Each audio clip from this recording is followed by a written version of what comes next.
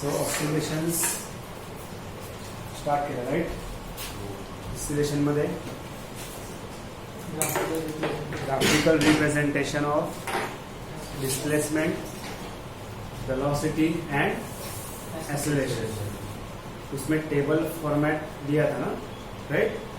Table format क्या क्या था क्या मुझे टेबल फॉर्मेट में क्या क्या कंप्लीट हो गया है.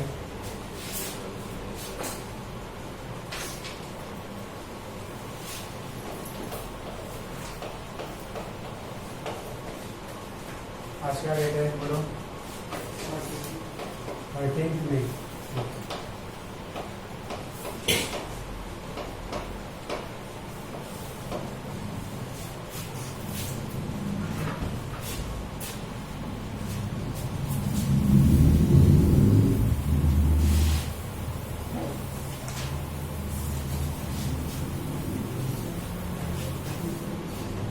So graphical representation. हाँ whatever.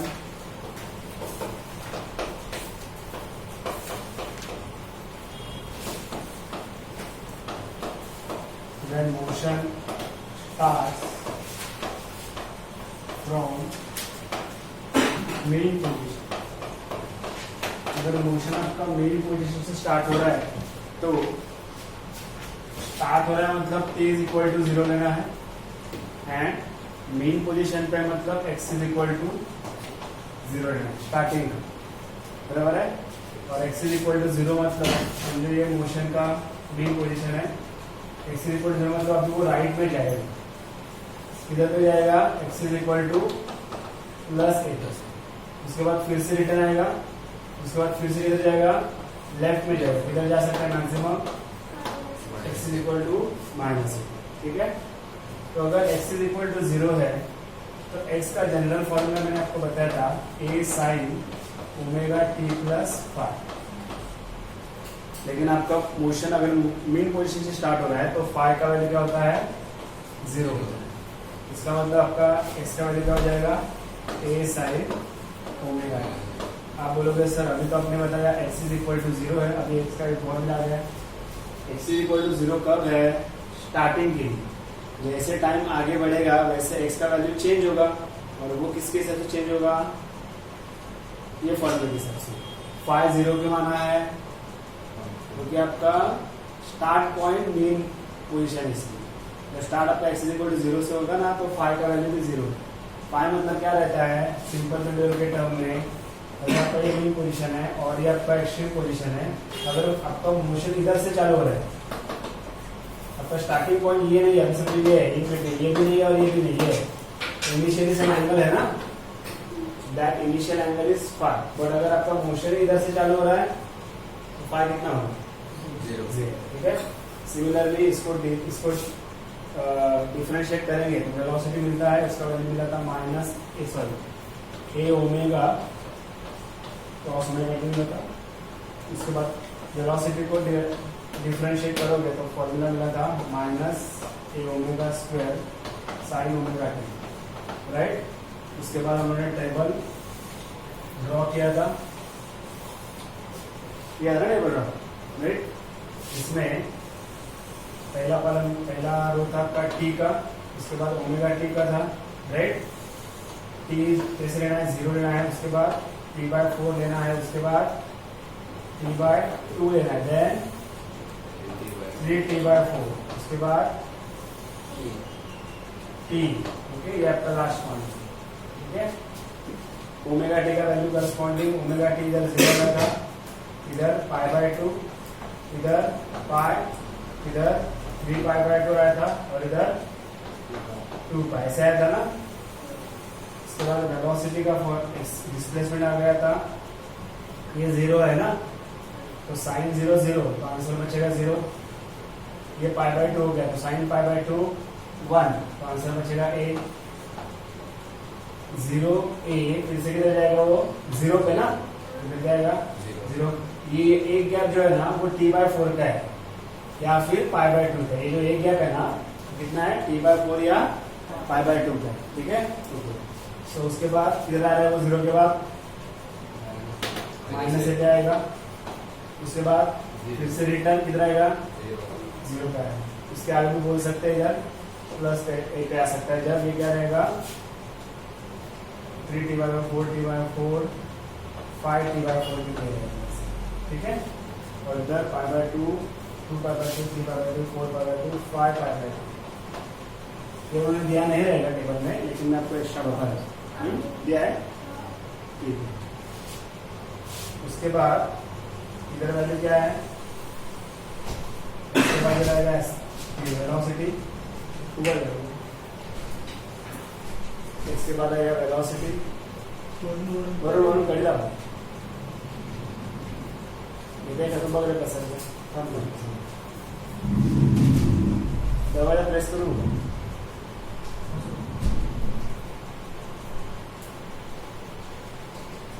थोड़ी जान बस से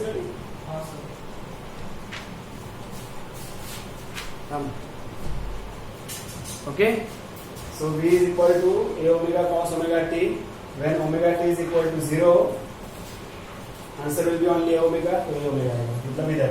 उसके बाद omega t is equal to क्या है, π/2 cos π/2 cos 90 is 1 cos 0 is 1 cos 90 is 0, sorry cos 90 is 0, ये 0 बन जाएगा, इधर आएगा 0। उसके बाद फिर से cos 3π/2 मतलब 270 बराबर है, वो कितना हो जाएगा फिर से -1, इधर आएगा -7 cos पाई, सॉरी 2π कितना आएगा, एक मिनट, पाई के लिए -a होगा क्योंकि इधर -1 आएगा, 3π/2 के लिए फिर से 0 आएगा, जो 90 के मल्टीपल है उसको 0 आएगा, ये 90 है ना, ये 3 × 90 है, पाई के टर्म में +1 आएगा, 90 के टर्म में 0 आएगा, तो 3π/2 मतलब इधर cos 3π/2 0, ये पूरा आगे 0 आएगा, ठीक है। फिर से 2π मतलब -1 आएगा, सॉरी 2π मतलब +1, फिर से इधर a ओमेगा आएगा, ठीक है। 5/2 अगेन इन टर्म्स ऑफ 90 है, तो cos 90 अगेन 0, तो फिर से आया 0, ठीक है। उसके बाद क्या आएगा, एक्सेलरेशन, एक्सेलरेशन किससे चलेगा ना, एक्सेलरेशन ये फॉर्मूले से बराबर, साइन ओमेगा टी मतलब पहले साइन 0 ओमेगा टी 0 है ना, तो साइन 0 इज 0, तो एक्सेलरेशन क्या हो जाएगा।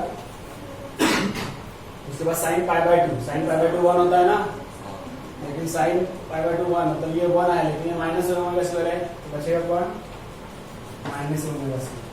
फिर से sine pi, sine of pi is always 0, ये पूरा टर्म क्या बन जाएगा 0। साइन 3π/2, 3π/2 90 के टर्म में तो -1 आएगा, साइन 3π/2 -1, लेकिन ऑलरेडी माइनस है और ये -1 आएगा, माइनस माइनस प्लस, तो क्या बचेगा समझा। ये ग्राफ से हम लोग प्रूव करेंगे, ग्राफ पे बताएंगे ये कैसे ड्रॉ करना चाहिए। देखो बोर्ड पे ग्राफ मेरे साथ ड्रॉ करो, मेरे साथ ड्रॉ करो।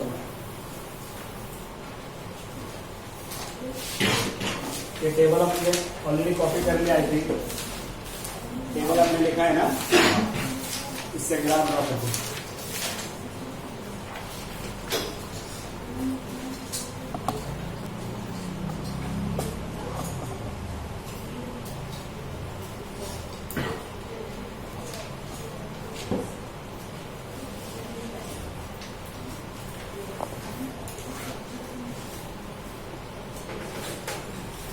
उसके बाद क्या ड्रॉ करना है, v, उसके बाद एक्सेलरेशन, ठीक है। ओके, सो x का इधर मैं x एक्सिस y एक्सिस पकड़ रहा हूँ, देखो इधर देखो बोर्ड पे। उसके बाद v के लिए इधर एक लाइन दे रहा हूँ मैं, लेकिन x के लाइन से थोड़ा सा बड़ा लाइन ड्रॉ किया मैंने, और उसका सेंटर इधर है, वो भी लाइन ड्रॉ किया मैंने। ये ग्राफ ड्रॉ करने के सिस्टम है, ठीक है, एक तरीका है, उस तरीके से जाएंगे। फिर a का जो रहेगा उसका लाइन और थोड़ा बड़ा है। क्यों ऐसे बड़ा लाइन ड्रॉ किया मैंने, क्योंकि x का वैल्यू मैक्सिमम a है, v का वैल्यू a ओमेगा है, एक्सेलरेशन का वैल्यू a ओमेगा स्क्वायर है। तो टर्म्स बढ़ते जा रहे हैं ना, x में एक ही टर्म है, v में 2 टर्म्स है, एक्सेलरेशन 3 है, 1 और ये 2 स्क्वायर है ना। इसका मतलब उसका जो मैक्सिमम लेंथ है वो भी क्या होना चाहिए, बढ़ना चाहिए। ठीक है, इसलिए मैंने इंक्रीजिंग ऑर्डर में उसका साइज ड्रॉ किया। इसका भी इधर मिलर आएगा। ओके, अभी तीनों के लिए रेफरेंस लाइन सेम रहेगी। पुनः ड्रॉ कर दे, करते है ना। अभी तीनों के लिए रेफरेंस लाइन सेम रहेगा। ये आपका x का है, ये आपका v का है, ये आपका एक्सेलरेशन का। ये 0, ये 0, ये 0, ये t with respect to time में चेंज होगा, ये भी t। ओके, इसका मैक्सिमम वैल्यू कर ले रहा हूं मैं a, इसका मैक्सिमम वैल्यू नीचे आएगा -a, राइट। इसका मैक्सिमम वैल्यू क्या आएगा पता है कुछ? a ओमेगा ना, और इसका मिनिमम मैक्सिमम वैल्यू निगेटिव में क्या आएगा -a ओमेगा। ये साइड और ये साइड ऑलमोस्ट सेम रखना है, ये सब चीज ध्यान में रखना है। इसका मैक्सिमम वैल्यू थोड़ा बड़ा है, इससे थोड़ा बड़ा ले आएगा, इससे थोड़ा ये बड़ा, इससे थोड़ा ये बड़ा। ठीक है, इधर क्या आएगा +a ओमेगा स्क्वायर, और इधर क्या आएगा -a ओमेगा। अंडरस्टूड? समझ में आ रहा है? अभी इधर से 90 डिग्री के लिए मैं एक रेफरेंस लाइन ड्रॉ कर रहा हूँ। 90, आप उसको 1 सेंटीमीटर या 1.5 सेंटीमीटर पे ले सकते हैं। ये वाला 90 का रेफरेंस लाइन है सबके लिए। उसके बाद पाई के लिए आपको स्केल से करना है, मैंने हाथ से किया, आपको स्केल से करना है। उसके बाद 3π/2 के लिए,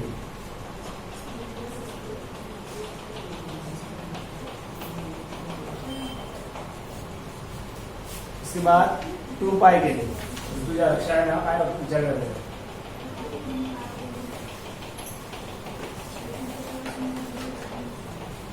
ये साइज है ना ऑलमोस्ट सेम रखना है। मैंने किया नहीं कि नहीं मुझे पता नहीं, ये करो अभी, चलो इतना करो। ड्रॉ करते समय तीनों एक ही साथ ड्रॉ करना है। कुछ स्टूडेंट क्या करते हैं, एक्स को एक पेज पे ड्रॉ करते हैं, वी को थोड़ा अलग ड्रॉ करते हैं, एक्सेलरेशन को थोड़ा अलग ड्रॉ करते हैं। तो हम लोग उसमें कंपेयर नहीं कर सकते अगर एक लाइन में ड्रॉ नहीं करेंगे।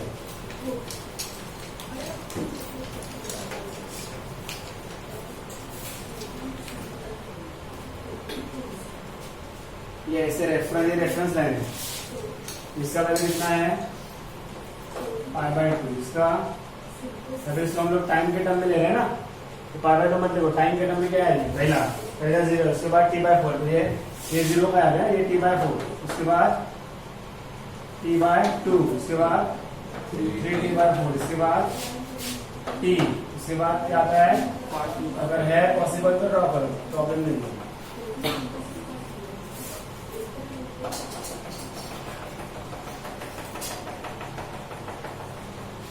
ठीक है, देखो इधर अभी, और ये 5t/4 ना।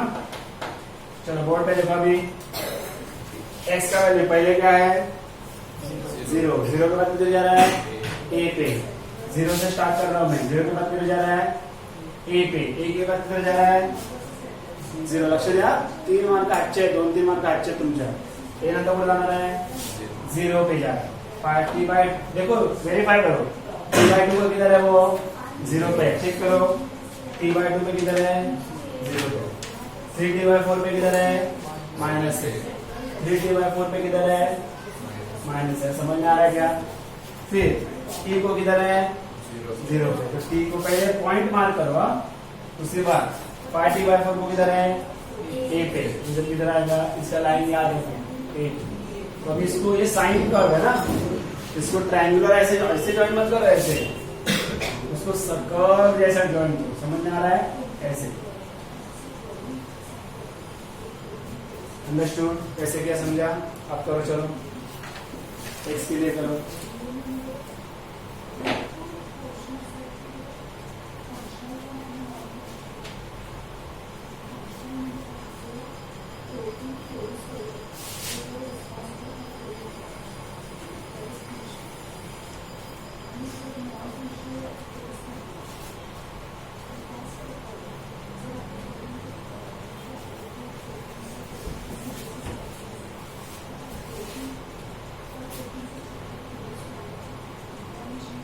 समझा कि नहीं?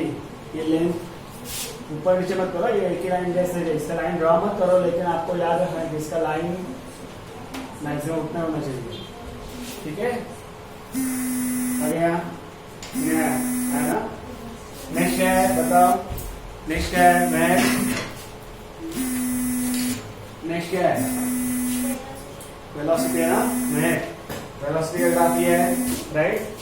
अभी लिखा हूं मैं भी, स्टार्ट कैसे करूं बोलो मैं, पहले किधर आएगा 0 पे ए ओमेगा, ए ओमेगा किधर है 0 पे ए ओमेगा, मतलब इधर पॉइंट मार्क करता हूं मैं।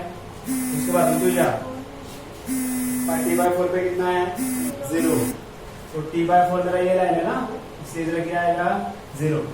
फिर प्रसाद t/2 पे कितना है माइनस ओमेगा, t/2 पे क्या आएगा माइनस ओमेगा की लाइन अंदाज से लिखा ये।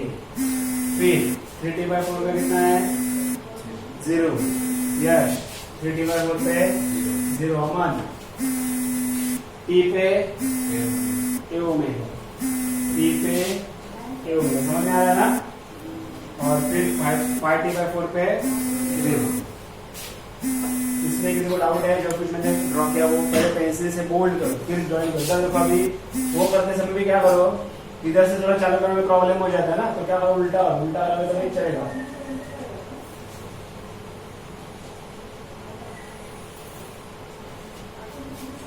फ्री हैंड से करोगे तो अच्छा दिखेगा, अच्छा आएगा, प्रॉपर आएगा। करो चलो आप करो।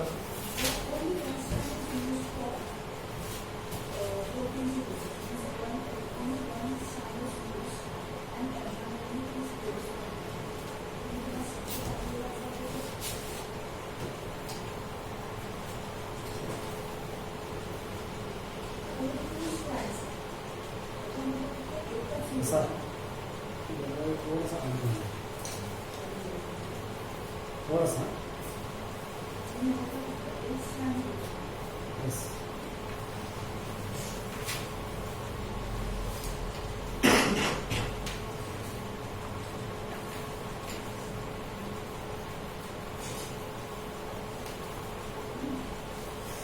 हो गया, हो गया साथ। अभी नेक्स्ट कौन है एक्सेलरेशन। एक्सेलरेशन का मैक्सिमम वैल्यू इधर है, इधर मैक्सिमम वैल्यू 0 पे।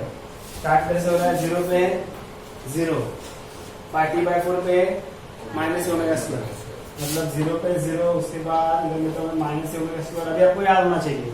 फिर इधर आएगा, फिर इधर आएगा, एक बार 2 आ गए ना तो बाकी का जल्दी जल्दी आ सकता है, समझा। उसका हाइट थोड़ा बड़ा होना चाहिए। तो स्टार्ट इधर से करना, इधर से मत करो, इधर से। हाँ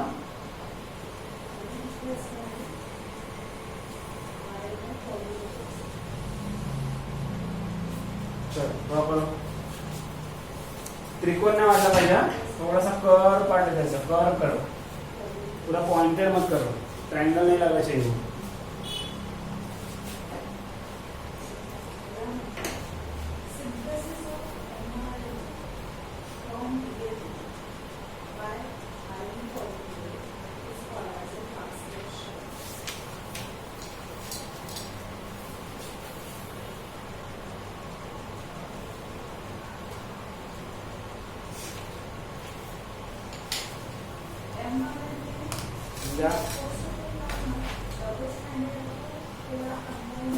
लगा